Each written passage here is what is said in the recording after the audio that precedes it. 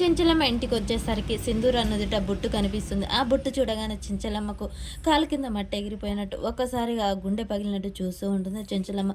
సింధూర చాలా భయంగా చూస్తూ ఉంటుంది. ఇక దొరికింది ఇదే చందు అని చాముండి రెచ్చిపోతుంది. ఇక వాళ్ళందరూ వామ్మో ఏంటి పని ఏంటి పని అని చెప్పేసి ఇంట్లో భవతి, రేణుక, ఇక వాళ్ళ బాబాయ్ అందరూ కలిసి అలా నోరులో వేలేసి నోరు మీద నోరు పెట్టుకొని ఇలా ఏంటి ఇలా చేస్తుందా అవ్వ ఇదేమన్నా పరువుగల ఇల్లేనా అని చెప్పేసి మాట్లాడి చెవులు కోరుకుంటూ ఉంటారు. అది చూసిన చెంచలమ్మ ఒక్కసారిగా సింధూర ఏమైంది బొట్టు పెట్టుకున్నావు అని చెప్పి అత్తమ్మ చూడు అంతా ఈ పనివాడు చేసిందే. ఈ పనివాడు వచ్చి సింధూర చేయి పట్టుకున్నాడు. వాడు ఎంత ధైర్యం ఉంటే సింధూర చేయి పట్టుకుంటాడు. ఇంక బొట్టు పెట్టుకుంది సింధూర అని చెప్పేసి చాముండి ఉన్నాయి లేని చెప్తూ ఉంటుంది. చెంచలమ్మ అలాగే చూస్తూ ఉంటుంది. ఆయన ఎంత ధైర్యం ఉండాలి అంత ఇది ఇచ్చిన అలసే అత్తమ్మ సింధూరకు మర్యాదకి ఇవ్వకుండా ఇక చాముండి నోటికి వచ్చినట్టు మాట్లాడుతూ ఉంటుంది. ఇది ఇచ్చిన అలసి వల్లే వాడు చేయి పట్టుకున్నాడు. లేకుంటే వాడు ఇంట్లోకి వచ్చి చేయి పట్టుకునేంత ధైర్యం ఏముంది. ఇవాళ బొట్టు పెట్టుకుంది, రేపు పూలు గాజులు వేసుకుంటుంది. ఇంకా మనసులో ఏ కోరికలు ఉన్నాయో అందుకే వాడు పనివాడు చేయి పట్టుకున్నాడు. అవ్వ ఇదేమన్నా పరుగుల కుటుంబమేనా వదిన? ఊళ్ళో ఈ విషయం తెలిస్తే నలుగురు నాలుగు రకాలుగా అనుకోరు.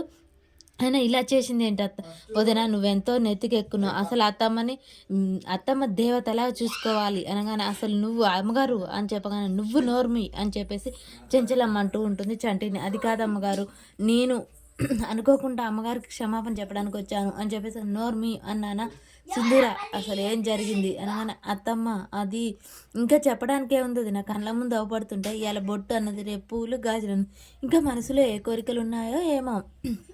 తను చదువుకున్నది కదా అందుకే అలా ఆలోచించుంటుంది. పరువు మర్యాద ఎవరు అనేది ఆలోచించి ఉంటుంది అని చెప్పగానే కేశవకు వీళ్ళందరూ అన్న మాటలు కోపంగా ఇంకా కోపాన్ని రెట్టింపు చేస్తూ ఉంటుంది. సింధూర్ ఎవరిని ఏమనలేక కన్నీళ్లు పెట్టుకొని అక్కడ నిరుత్సాహంగా నిలబడుతుంటుంది.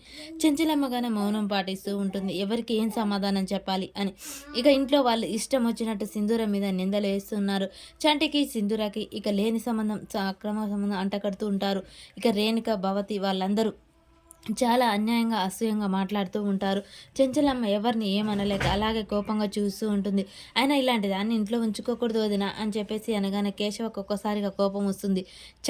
చంటి వైపు చూస్తూ ఉంటాడు. చంటి అది కాదు వదిన, అసలు ఇలాంటి అమ్మాయిని ఇంట్లో ఉంచుతారా?